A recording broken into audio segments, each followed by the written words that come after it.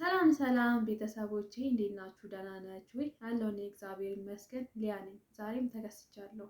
እንግዲህ ዛሬ የተከሰትኩበት ምክንያት በጣም አሳዛኝ እንዲሁም ደግሞ በጣም አስገራሚ ናቸው ብዬ ያሰብኳቸውን አንዳንድ ነገሮችን ልነግራችሁ ነው የመጣሁት።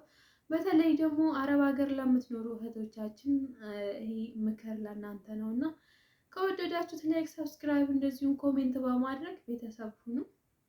ሀሳብ አስተያየታችሁንም ኮሜንት ስራ አስቀምጡልኝ እላለሁ ቤተሰቦቼ። እንግዲህ ዛሬ የመጣሁበት ዋናው ምክንያት ምንድን ነው? በአረብ ሀገር ላይ የምንኖር ልጆች በዛ ጊዜ ተስፋ የሚያስቆርጡን ብዙ ነገሮች አሉ።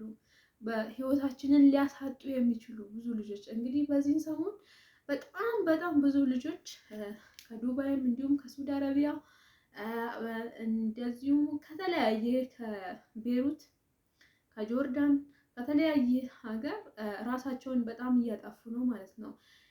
የዚህ የራስ ማጥፋት መንስኤ ምንድን ነው ብዬ ሳስብ እኔ እንደራሴ ብዙ ምክንያቶች አሉ። ምክንያቱም የሰው ሀገር ላይ ስንኖር እንግዲህ ብዙ መስዋዕት ከፍለን ነው የሰው ሀገር ላይ የምንኖረው ማለት ነው። እንደዛው መስዋዕት እየከፈለን እኛንም መስዋዕት እያስከፈለን ህይወታችንን ሊያሳጡ የሚችሉ ብዙ ነገሮች አሉ ማለት ነው። ስለዚህ እስቲ ከኔ ከደረሰብን ከኔ አንድ ጓደኛ ነበረችኝ። ሆነ ለመናገር ይሄን ሰሞን ነው በጣም የምንግባባ የምንዋደድ ልጆች ነበርን። ቤሩትም አብረን የተወሰነ ወራቶች አብረን ኖረን ነበረ። ዱባይም ከመጣች በኋላ በአካል ተገናኝተን ባናቅም በስልክ በጣም እናወራ ነበረ እና ብዙ ጊዜ ቲክቶክ ትጠቀማለች እና በዛ በቲክቶክ ላይ ብዙ ጊዜ የሀዘን ነው በቃ ሁል ጊዜ በመዝሙርም ሆነ በሙዚቃም ሆነ የተለያየ ጊዜ እያለቀሰች ነው ቪዲዮ የምትሰራው ማለት ነው። ያችን ልጅ ምን ሆነሽ ነው እንደዚህ ምናምን ስትሏት ብዙ ጊዜ ያው እንደ ከፋት ነው የምትነግራችሁ እንጂ ምክንያቱ ምን እንደሆነ ብዙ ጊዜ ልጅ ሰው ማንኛውም ሰው ይሁን ቶሎ አይነግራችሁም ማለት ነው። ምክንያቱ ምን እንደሆነ የዛ የመከፋቱ መንስኤ ምን እንደሆነ አይነግራችሁም። እሷም እንደዚሁ እያለች ብዙ ጊዜ ሆኗት ነበረ። ከዛ ይሄው አሁን ለመናገር 3 ቀን ራሱ አልሆናትም። አሁን እኔ ዶክተር ከ3 ቀን በኋላ 3 ቀን የቀረሽ ብሎኛል። አሁን እኔ ከሞትኩ በኋላ ፎሎወሮቼ በጣም ነው የሚጨምረው። ስለዚህ እኔ ከሞትኩ በኋላ ፎሎወሮቼ በጣም ስለሚጨምሩ ታያላችሁ አለች።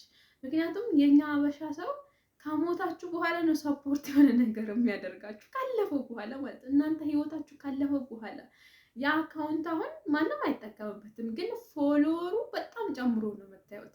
ግን እንደዚህ ብዛት ጊዜ ሰፖርት አድርጉኝ፣ ሰብስክራይብ አድርጉኝ፣ ፎሎ አድርጉኝ ስትል አበሻ እሺ ብሎ አደርጋችሁ። በቃ ምቀኛ ነው መሰለኝ ሳስቡ ራሱ እና እንደዛ ብላ ያቺ ልጅ እንግዲህ ከትናንት ወዲያ ህይወቷን አጥፍታለች ማለት ነው። ስለዚህ ሌሎችም እንደዚሁ በተለያየ ነገር ህይወታቸውን ያጣሉ። እኔ እንደራሴ የሚመስለኝ ነገር ህይወታችንን ያስጠፋል ብዬ የማስበው ነገር ቢኖር ምንድን ነው? አንደኛ ቤተሰብ ብራችንን ሲበላ ካለ አግባቡ ሲያጠፉብን አለን ብለን የምንመካበትን ብር አጥፍተው ያልሆነ ነገር ላይ ወይ ራሳቸውን አለወጡ ወይ የእሷን ህይወት አለወጡ። ስለዚህ ያን ብር አጥፍተውባት ወደ ሀገር ቤት መመለሻ ስታጣ እሱ አንድ ይመስለኛል። ሁለተኛ ደግሞ የምትወደው ጓደኛዋ ከሷ ሲለያት ወይም ደግሞ የገዛ ጓደኛዋንም ሊሆን ይችላል ወይም ሌላ ሴት ሊሆን ይችላል አፍቅሮ ከሷ ሲለይ በጣም ሴት ልጅ ልቧ ይሰበራል። በቃ ህይወትሽን አጥፊ ነው የሚላት። ካለሱ ሰው ያለ አይመስላትም በዚህ በምድር ላይ ማለት ነው።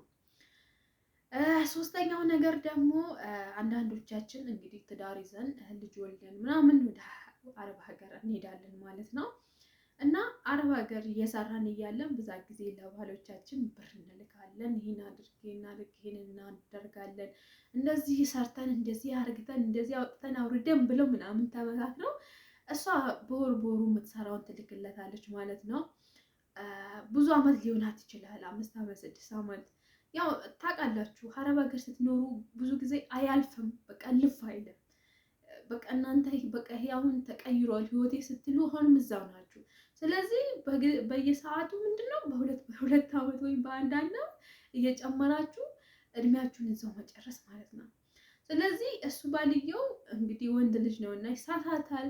ሌላ ህይወት መስርቶ በላዋ ላይ ሌላ ሴት በዛ በራሷ ብር ሌላ ሴት አግብቶበት ሲጠብቃት እንግዲህ የሚሰማትን ስሜት ወይም ደግሞ እዛ ሆና አግብቷል ባልሽ ተብላ ሲነገራት የሚሰማትን ስሜት አስቡት። ወይ ራስ ማጥፋት ነው ወይ ደግሞ ከፎቅ ራሷን መወርወር ነው ወይ መታነቅ ነው። ይሄ ነው የሚያስመለክተን አረብ ሀገር ላይ። ምክንያቱም አንደኛ ልፋታችን እናስባለን። ለዛ ካለ ረፍት ምንም በቃ አለ አይደለ በቃ የሆነ ከሰው በታች ሆናችሁ ማንኛውም ትንሿም ትልቋም ስትልካችሁ በቃ ያሌለ ነገር በቃ አለ አይደለ ይገባችኋል። መቼም ብዛቶቻችን ኢትዮጵያ 75% ውጭ ሀገር ያለን የሚመስለኝ እኔ ማለት ነው። ስለዚህ ሁሉም ስለ አረብ ሀገር ህይወት ሁሉም ያውቃል ብዬ አስባለሁ። ስለዚህ ያ ነገር ነው አይምሯችን ውስጥ እንዲህ ከሰው በታች ሁኚ ትንሿም ትልቋም አዛኝ እንዲህ አንገቴን ደፍቼ ሰርቼ እንዲህ ያመጣሁትን ብር እንደዚህ አደረገብኝ በላይ ላይ እንደዚህ ሴት አገባብኝ ብላ በቃ አሁን ምን ጥቅም አለኝ እኔ ከአሁን በኋላ ምንድን ነው የምጠቅመው እዚህ ምድር ላይ ተቀምጬ ትልና ያለነ ሰይጣን እንግዲህ ብዙ ነገር ነው የሚሰራው። እና እናንተ ቦታ ከሰጣችሁት ብዙ ነገር ነው የሚያስመለክታችሁ። ህይወትሽን አጥፍ ይላል፣ ከፎቅ ራስሽ ወርወር ይላል፣ መድኃኒት ጠጪ ይላል፣ ታነቅ ይላል። በቃ ይሄንን ነው አይምሯችሁ ላይ እንትን የሚላችሁ ማለት ነው። ስለዚህ እናንተ ቦታ አለመስጠት ነው። ምንም ይፈጠር በህይወታችሁ ምንም ይምጣ ምንም ይፈጠር በቃ እግዚአብሔርን ተመስገን አምላኬ በህይወት ስላኖርከኝ በጤና ስላኖርከኝ ብላችሁ ተመስገን ብላችሁ አመስግናችሁ መኖር ነው እንጂ ያለባችሁ ገና ለገና እንደዚህ ተፈጥሯል ብሬን አጥቻለሁ ወይ ፍቅረኛዬን አጥቻለሁ ባሌ ሌላ አገባብኝ ብላችሁ የእናንተን ህይወት ማጥፋት የለባችሁ። ምክንያቱም ያለ ሰው ይኖራል። እናንተ ራሳችሁን አጠፋችሁ እንጂ ያም ያፈቀረ ብራችሁን የሚያጠፋባችሁ ለአንድ ሳምንት ለሁለት ሳምንት ሊያዝን ይችላል ባይዘው። ከዛ በኋላ ግን የራሱን ላይፍ ነው የሚቀጥለው። እናንተ ግን በቃ የዘላለሙ ይዛችሁታል ማለት ነው። ተነስታችሁ ይሄ ጎደለብኝ፣ ይሄ አነሰብኝ፣ ይሄ እንደዚህ ልስራ እንደዚህ የለም የዛን ጊዜ አትሉ ማለት ነው። ስለዚህ ከአሁኑ ነው መጠንቀቅ ያለብን። በቃ ካለፈ ነገር ላይ ብዙ ነገር ትማራላችሁ። እንደዛ አይነት ነገር ተፈጠረ አይደለም